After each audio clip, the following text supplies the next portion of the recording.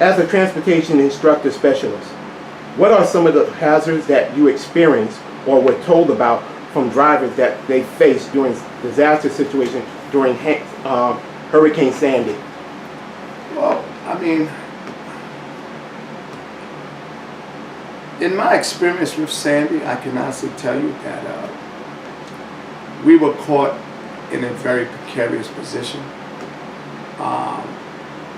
because our bases were located by the water. So we weren't in a position to actually move the buses because a lot of them were submerged underwater. Some of the drivers that had buses that needed to come back basically were told to stay where they were because there was no way that they would even be able to get into our bases. And we were literally, you could basically step out of my office and step right into the water because we was right on the water. We lost a total of about 3,000 buses around Sandy. When it comes to disasters as far as say you're in a hurricane and you're driving, one of the things is if you can evacuate a bus, do so. Because I don't know if anyone knows how hard or how powerful a hurricane is, but it could move a bus as well. So to have a driver attempt to outrun or stay inside of a hurricane at the time of its full impact is not advisable. You have to seek shelter. Evacuate your passengers to a area that they will be most safe. Basically, a brick domain or somewhere where they can go underground. But you do not want to be at top level of a hurricane. Most people that try to go against a hurricane, I can honestly say 100% of the time you're going to lose. Most things that drivers are told when it comes to hurricanes is to evacuate the bus. If you're riding along parallel of a hurricane, so long as that's a certain distance and you can only go that way, but you better be driving. But you better not call yourself coming indirect with it, because all it's going to do is pull you in like a magnet and twirl you around with everything else. But most of it would be to evacuate. You do not want to be part of the steering part of a hurricane inside a bus. That would be my information towards that as far as disasters, when it comes to disasters. Thank you. Okay. What do you feel need improvement in the land transportation field in the areas of emergency management?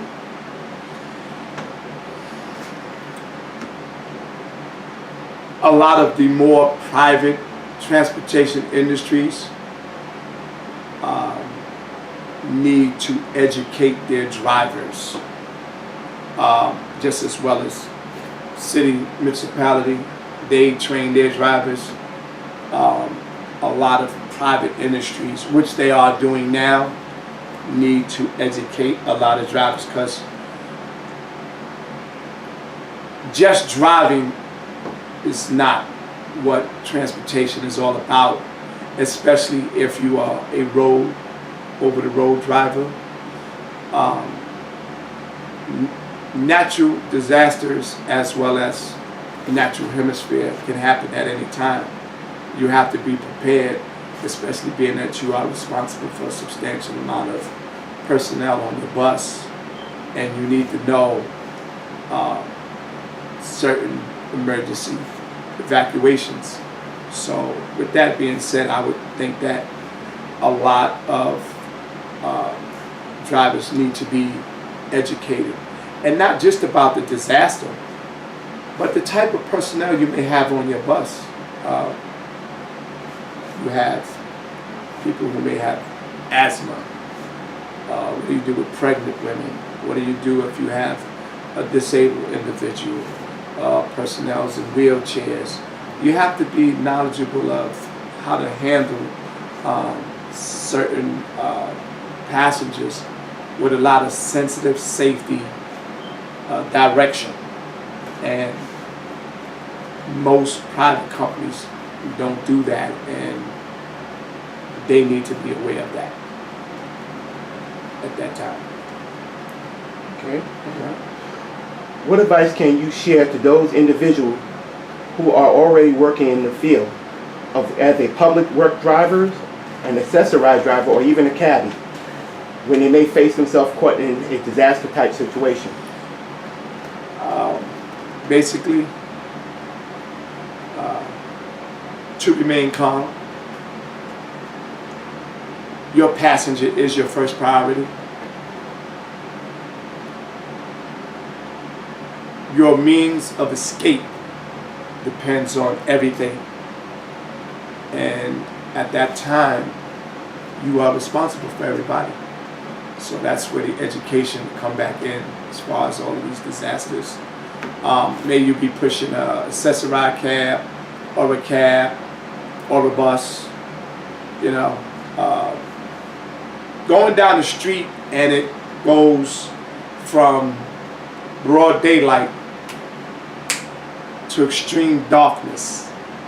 That's a fear in itself, because you're dealing with the elements of the earth, and now you're saying, what just happened? So you need to know that just like you're scared, the person you're transporting is even more scared, because now they need to know what's your next move. And if you don't have a move, you have chaos. You have total chaos.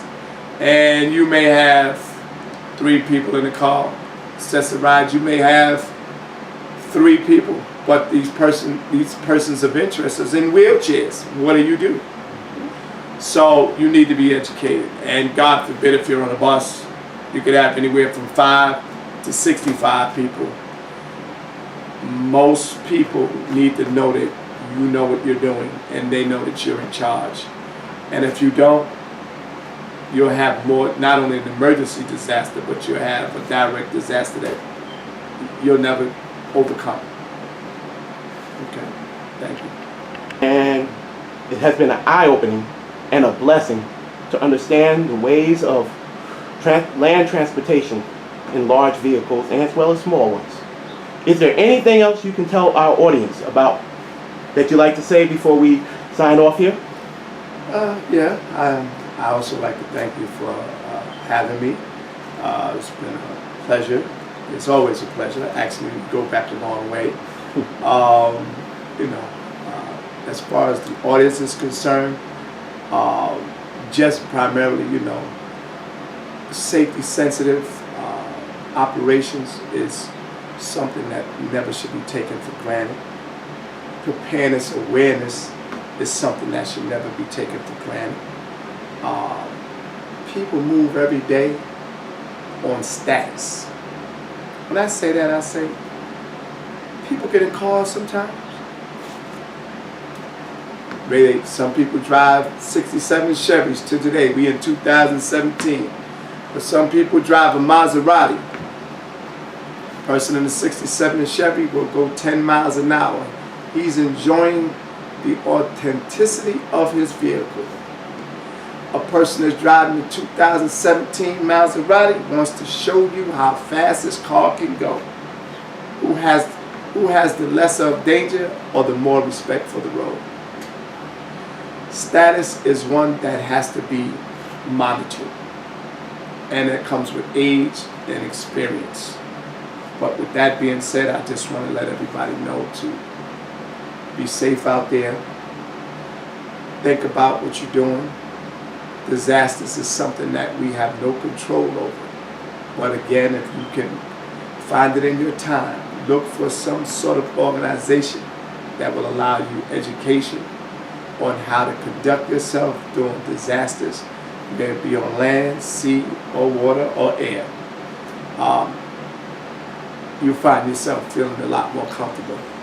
And again, thank you, audience, and thank you, Barry.